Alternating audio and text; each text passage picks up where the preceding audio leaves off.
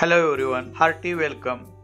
Sam's Learning Point. Dear student, आज आपण unit 1.1 it's a small world he poem समजून घेत आहोत. स्टँडर्ड 7 मराठी मीडियम आणि सेमी मीडियम विद्यार्थ्यांकरिता. 1.1 मधील इट्स अ स्मॉल वर्ल्ड म्हणजे जग खूप छोटं आहे, एक सुंदर प्रेरणादायी आणि एक तुम्हाला मोठा आत्मविश्वास देणारी अशी ही कविता आहे. खूप प्रसिद्ध अशी कविता आहे.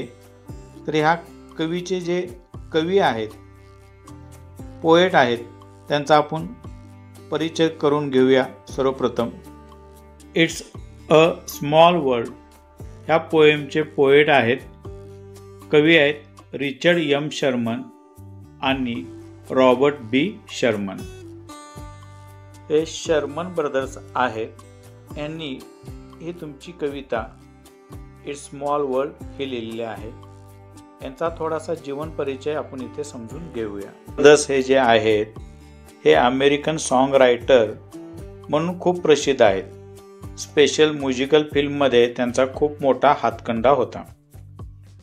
या दोघा ब्रदरना अमेरिकेमध्ये अनेक अवॉर्डने नावाजलेलं आहे, जसं की सुप्रसिद्ध Grammy award, Oliver award, golden globe award, Hollywood walk of fame award आणि national medal of the art award. Sherman brothers 1950 ते 2009 पर्यंत त्यांनी अमेरिकेत अनेक थिएटर, टीव्ही शो, ड्रामा, सिनेमामध्ये म्युझिक कंपोज केले, म्युझिकसुद्धा दिलेले आहेत. त्याचबरोबर अनेक गीते सुद्धा त्यांचे आहेत. आता हे बघा, सर्वांना आवडणारं जे कार्टून डिझनी वर्ल्ड आहे, त्या कार्टूनच्या डिझनी वर्ल्डला सुद्धा त्यांनी म्युझिक दिलेलं आहे. विशेष करून जगप्रसिद्ध जे डिझनी वर्ल्ड पाहायला येणाऱ्या पर्यटनासाठी आपण जी कविता आता बघतो, it's a small world, it's a small world हे गीत लावले जातं अनेक पर्यटन लोकांच्यासाठी डिझनी वर्ल्डमध्ये. आता आपण बघत आहोत 1.1 it's a small world, Sherman brother लिखित. खूप सुंदर आणि चांगली ही कविता आहे. या कवितामध्ये जीवनाची फिलॉसॉफी म्हणजे एक तत्वज्ञान सांगितलेलं आहे आणि खरंच तुम्हाला ही कविता खूप आवडेल. विद्यार्थी मित्रांनो, सुरुवातीला मी तुम्हाला सांगितलं होतं की डिझनी वर्ल्डमध्ये ज्यावेळी जगातून लोक डिझनी वर्ल्ड बघायला जातात त्यावेळी हीच कविता ऐकली जाते, इट्स अ स्मॉल वर्ल्ड. खूप सुंदर अशी कविता आहे. तर चला तर विद्यार्थी मित्रांनो, आपण ही कविता समजून घेऊया. या कवितेची पहिली ओळ आपण इथे समजून घेऊया. It's a world of laughter, a world of tears, it's a world of hopes and worlds of fear. म्हणजे बघा विद्यार्थी मित्रांनो, कवी काय म्हणतात, it's a world of laughter म्हणजे हे जग आशेने किंवा अपेक्षेनं भरलेलं आहे. लाफ्टर ह्या शब्दाचा इथे अर्थ होईल हास्य. त्याच्यानंतर पुढे काय म्हणतात बघा, अ वर्ल्ड्स ऑफ टीयर, तसेच हे जग अश्रूने सुद्धा भरलेलं आहे. म्हणजे नाण्याला जशा दोन बाजू असतात तशा इथे दोन बाजू सांगण्याचा प्रयत्न कवी खूप छानरित्या इथं सांगण्याचा प्रयत्न करतात.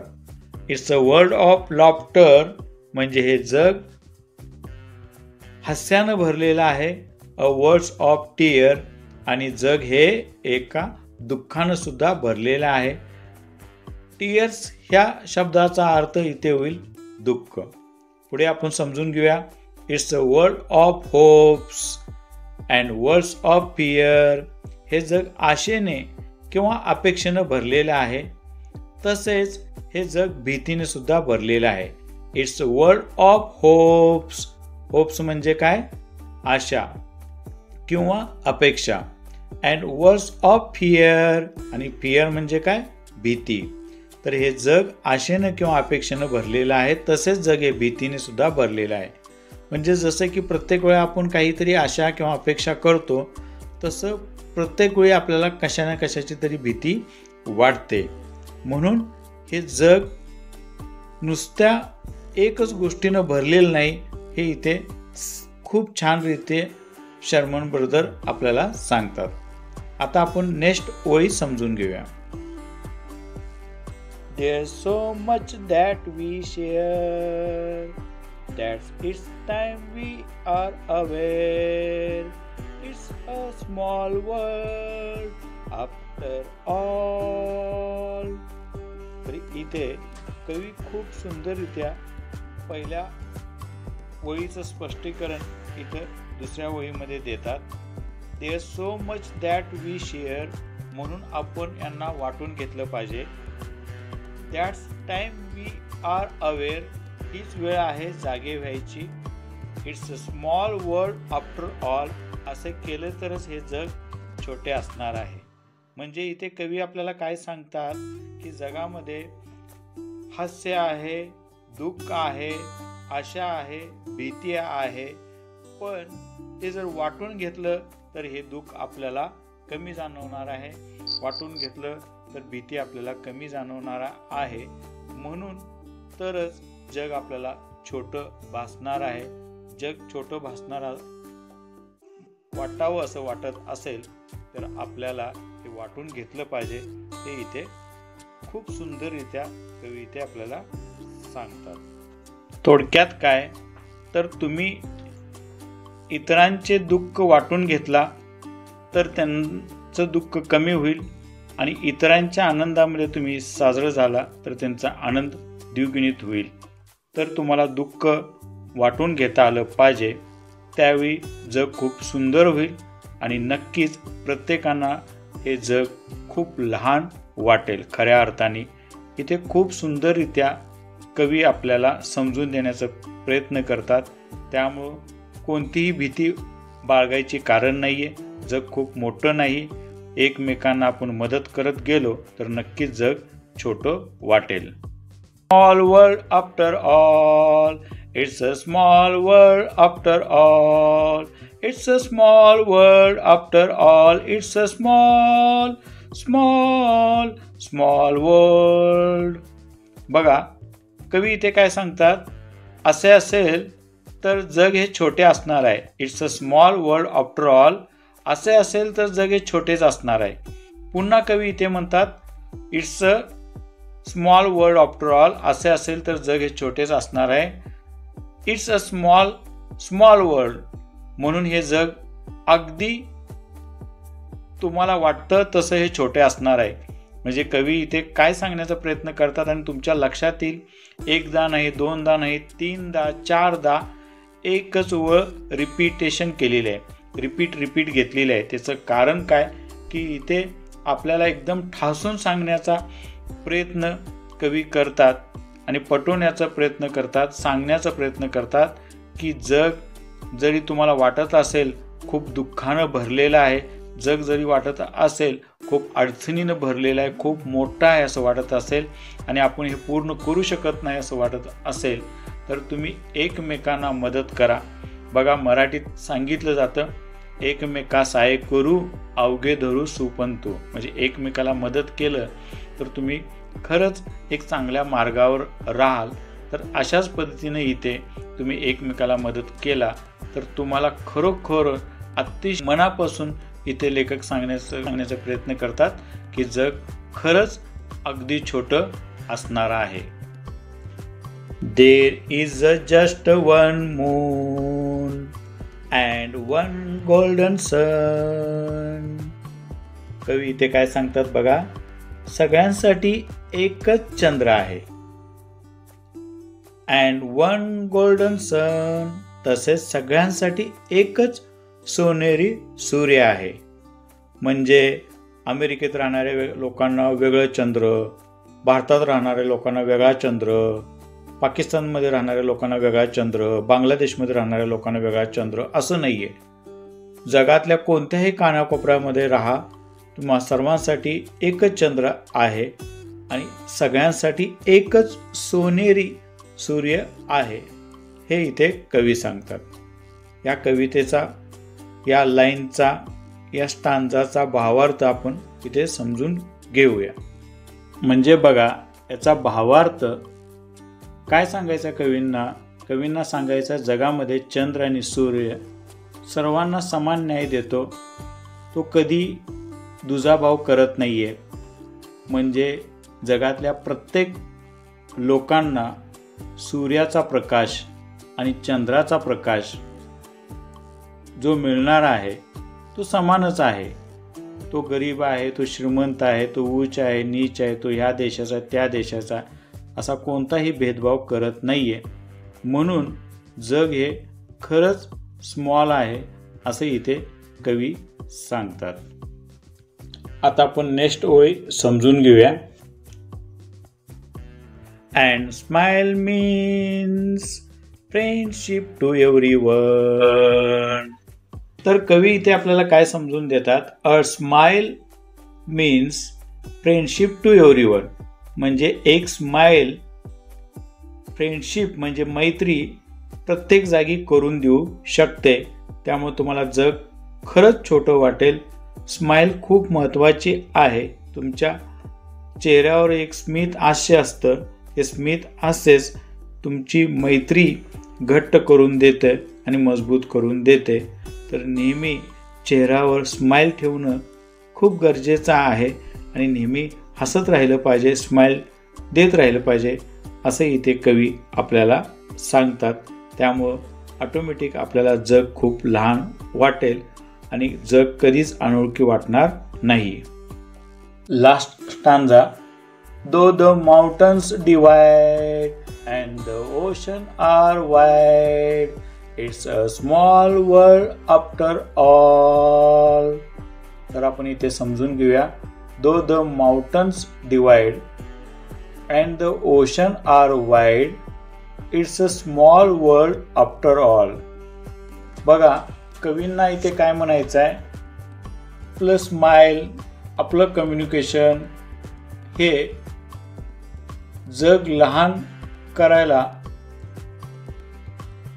पर्वत सुद्धा आपल्याला काही वेगळं करू शकत नाहीये.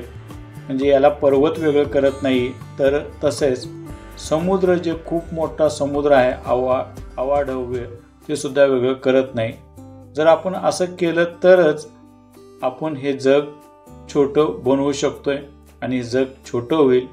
तर जग छोटं होण्यासाठी तुम्हाला एकमेकांमध्ये संवाद साधणं आणि त्याचबरोबर चांगली स्माइल ठेवणं, स्मित हास्य करणं, इतरांचे दुःख सुख वाटून घेणं खूप महत्त्वाचं आहे.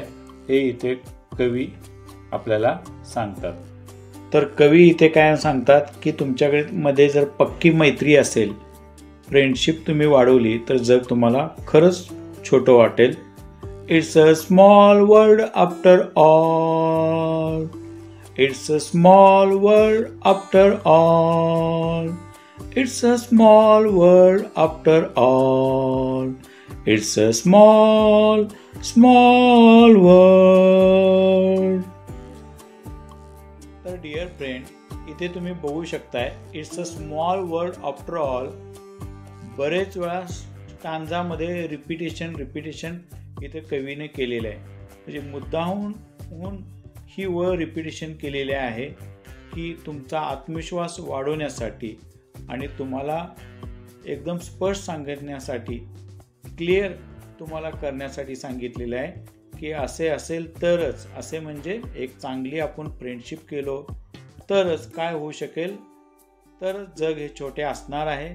तर जग छोटे असणार आहे. पुन्हा इथे कवी सांगतात असे असेल तर जग छोटे असणार आहे. म्हणून हे जग अगदी छोटे असणार आहे असं इथे कवी आपल्याला सांगतात. तर विद्यार्थी मित्रांनो, जग कसं होईल, स्मॉल वर्ल्ड. कवितेच्या शेवटी एक सेंट्रल आयडिया असं तुम्ही इथे म्हणू शकताय किंवा तुम्हाला देणारा जो मेसेज आहे या कवितेतून, तो मेसेज इथे कवी सांगण्याचा प्रयत्न करतात. आता याला एक्झॅक्टली आपण मेसेज म्हणू शकतोय. तुमच्यापर्यंत एक चांगला संदेश काय पोहोचवतात बघा कवितेच्या शेवटी. It's a small world. हे जग छोटे आहे. Sometime you meet the some people in an unexpected place or find out that they are connected to people you know. the words "It's small world" are used to show your surprise on such an occasion. In this poem, the words are used to tell us that all human beings are alike. म्हणजे बघा, हे जग खरंच छोटं आहे. काही वेळा असं होतं की तुमच्या नात्यातले की जे तुमच्या कनेक्टमध्ये असणारे मित्र मैत्रीण पै पाहुणे अनोळखी ठिकाणी तुम्हाला भेटतात आणि त्यावेळी तुमच्या तोंडातून सहज एक वाक्य निघतं, हे जग छोटे आहे. उदाहरण समजा तुम्ही मुंबई फिरायला गेलेला आहे, मुंबईला गेलेला आहे आणि मुंबईच्या ह्या भावविश्वामध्ये, मुंबईच्या गर्दीमध्ये तुम्हाला एकटंपण वाटतंय आणि थोडीशी मनामध्ये काहूर आणि भीती आहे. त्याचबरोबर लगेच तुम्हाला तुमचे मामा किंवा तुमचे जवळचे कोणी एकदम तुम्हाला दिसतात आणि नात्याचे तुम्हाला जवळ दिसतात. खूप दिवसांना तुम्ही ज्यांना भेटला नाही ते व्यक्ती तुम्हाला अनोळखी ठिकाणी दिसतात. त्यावेळी तुमच्या चेहऱ्यावर एक हास्य येतं आणि सहज म्हणताय, अरे यार, जग किती छोटा आहे. आणि हे शब्दप्रयोगाचा आपण वापर करतो अशा प्रसंगी वेळी.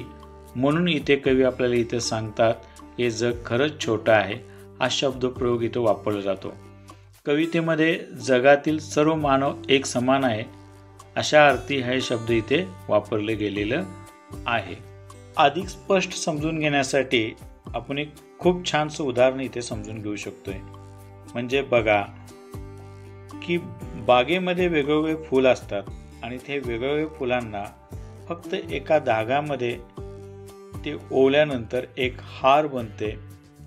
तशा पद्धतीनं जगातील वेगवेगळे लोक तुमच्या एका सुंदरच्या स्माईलनं आणि एकमेकांच्या हेल्पिंग नेचरमुळं खूप छोटं कुटुंब होऊ शकतं.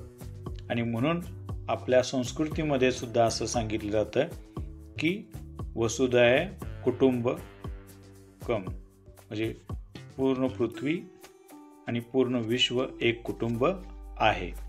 आता याच्यानंतर मी सुरुवातीला तुम्हाला सांगितलं होतं बघा, it's a small world is a very popular song translated into many languages.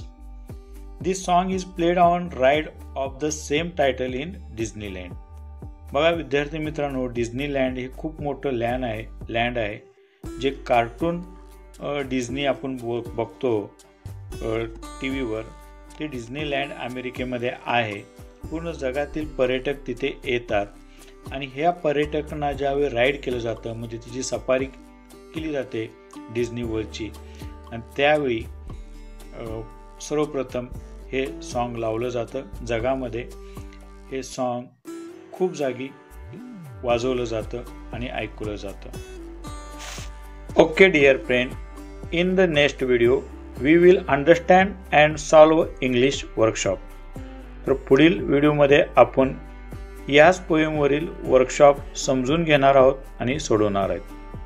तोपर्यंत आपण थांबूया. चॅनलवर नवीन असाल तर चॅनलला सबस्क्राईब करा, लाईक करा, शेअर करा, बेल आयकॉनला प्रेस करा, म्हणजे दररोजच्या दररोज तुम्हाला नोटिफिकेशन येतील. थँक्यू, धन्यवाद. Take care.